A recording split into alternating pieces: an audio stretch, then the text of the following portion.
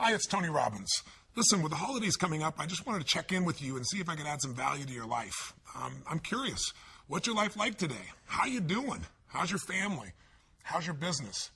The reason I ask is I've spent the last 6 months traveling as much or more than I ever have in my life. I've been working on our TV show, and simultaneously, though, I've been working with people in businesses and their individual life from literally all over the world, all over the United States, but from the U.S. to London, and from London to Fiji, and Fiji to China, China to Singapore, to Thailand, back to Rome.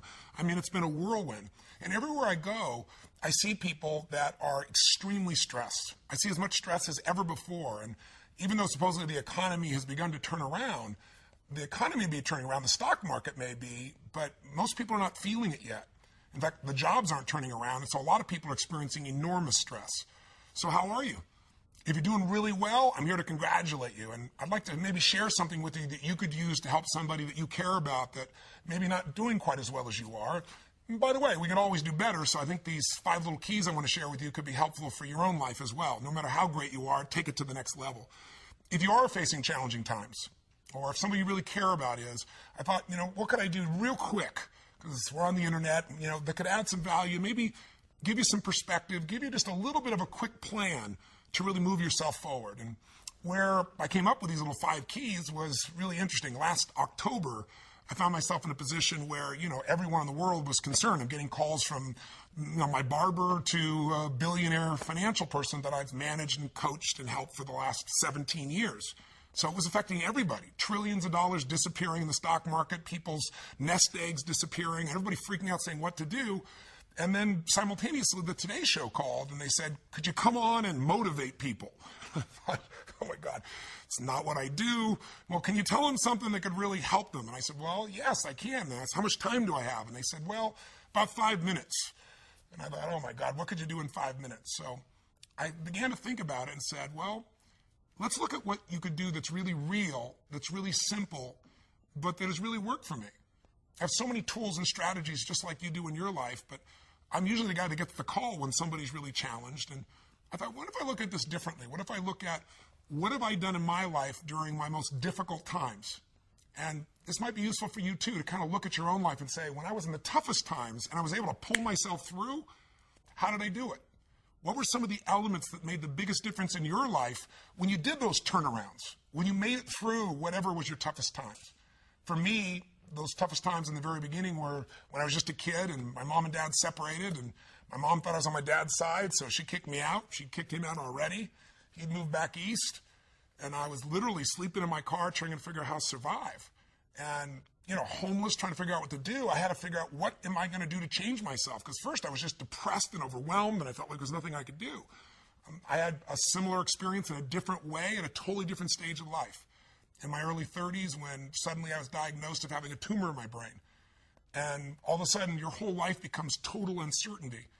And what do you do to turn things around? Well, at the most fundamental level, I did 5 things. And these are the 5 that I invite you to consider and look at in your life to either take yourself to the next level, be able to thrive during these difficult times, or turn yourself around so you can begin to thrive.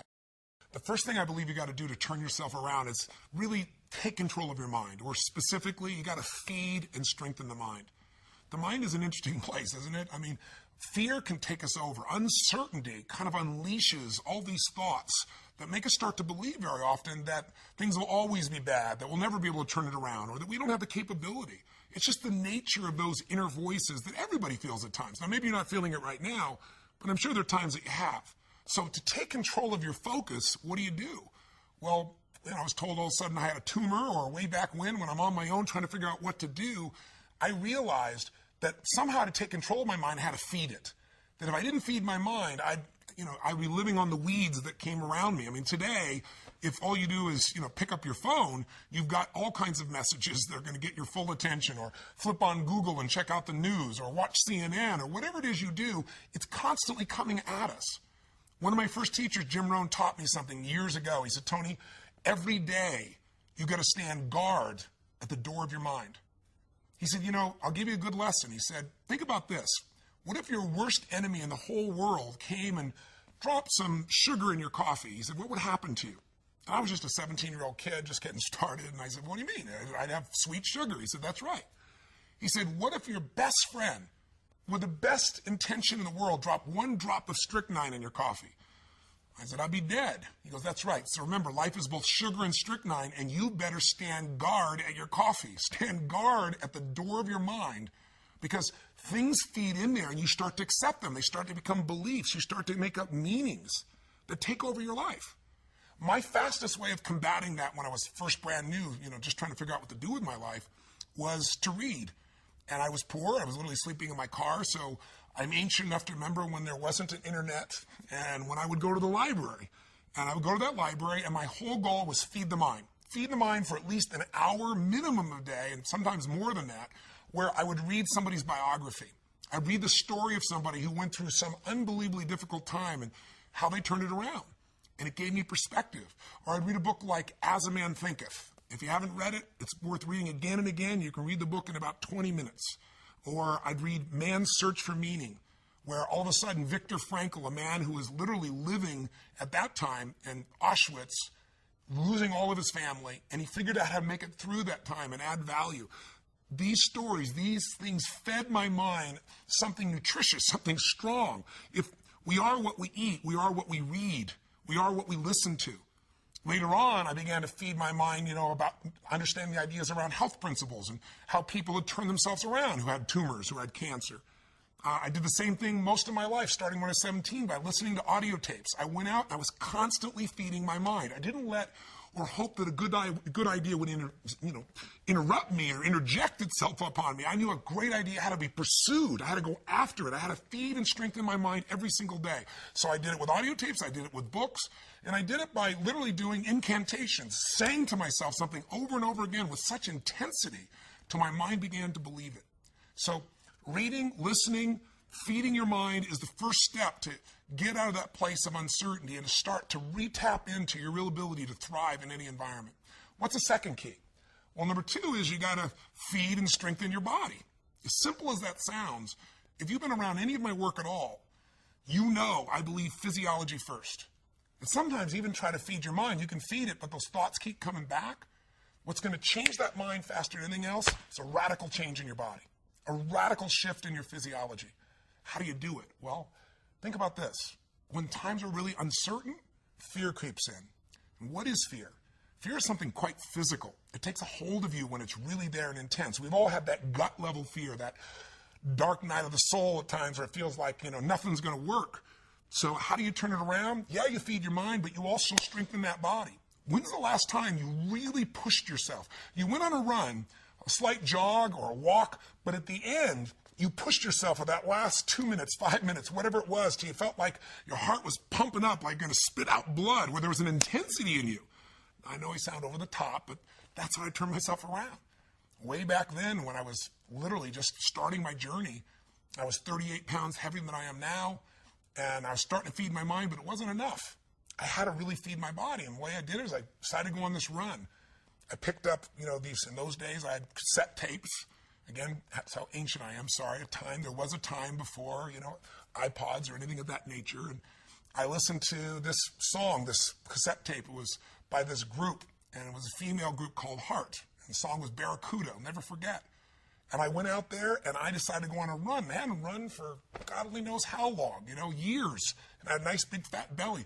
But again, I pushed myself so hard, like I had nothing left, and I pushed myself even more. And when that blood started rushing in me, when that was pumping in my brain and my body, or go out and lift weights. Go out and push yourself and feel yourself have to force through whatever was your limitation before. When that gets inside you, that physical strength again, that sense of breaking through, every part of you starts to operate differently. Your body changes, so does your mind. What's the third key? Well, that third step is you got to get a role model that inspires you and really shows you the way. One of the biggest things that'll change you once you're mentally and physically strong is you need to believe. You need to not just have a sense of certainty, but you got to believe that there is a pathway to get to where you want to be. Whatever it is you want to change, whether it be your body, your mind, your emotions, your finances, your relationship, you need a role model.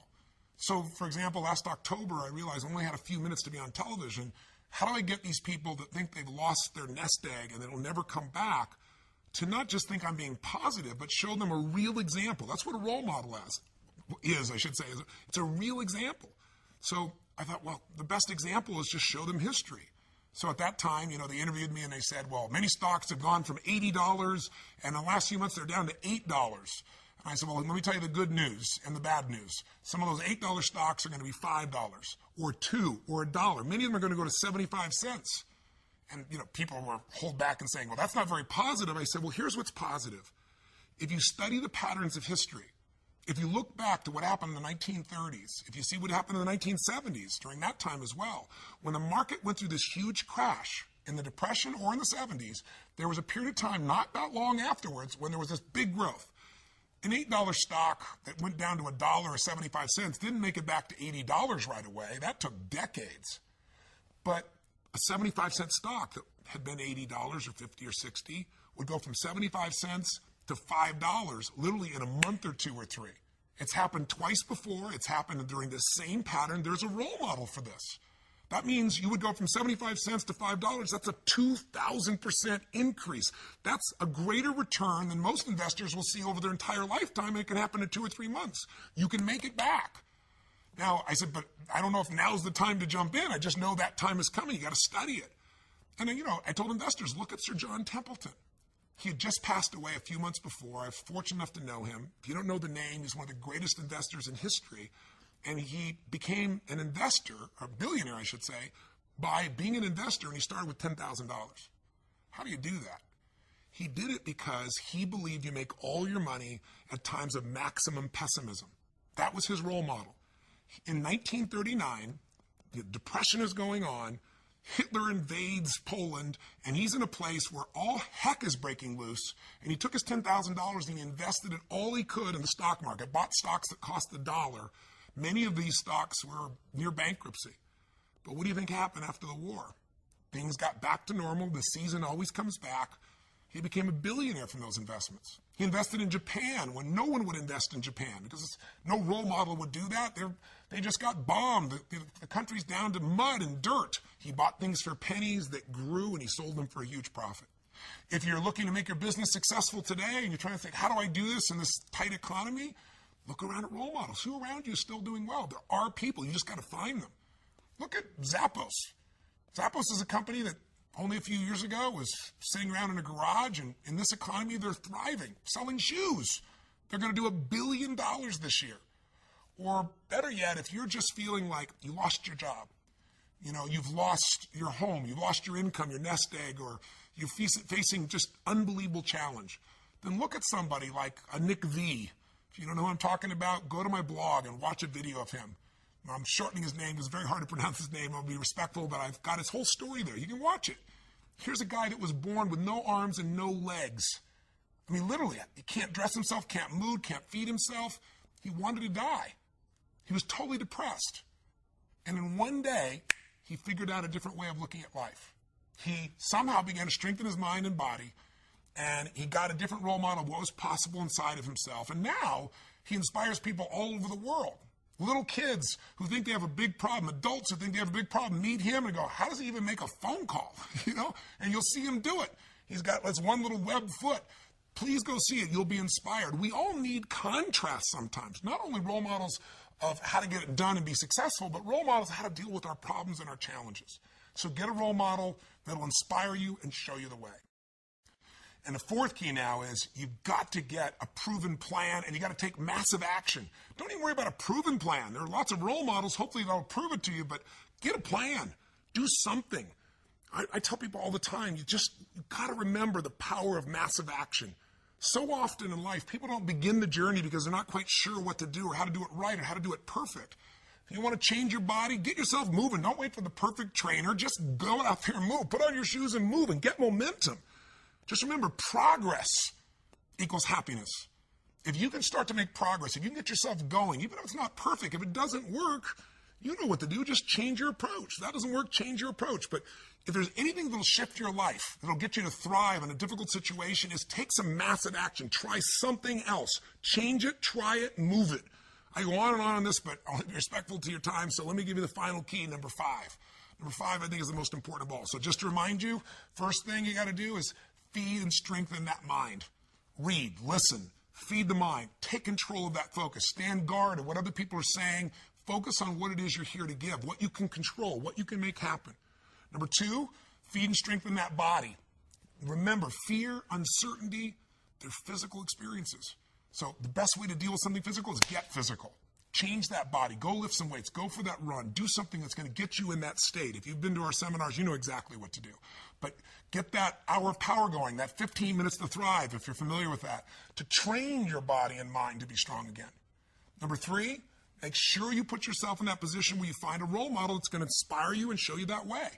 Maybe it's a contrasting role model. You think your life's so tough? Find somebody with tougher who's really turned it around. Or maybe it's just somebody who's really succeeded, that you can now see there is a way. There's a way through. There's a way to make this happen, even in the toughest times. There's always a way. 4, make sure you get yourself into action. Get a plan. Take massive action.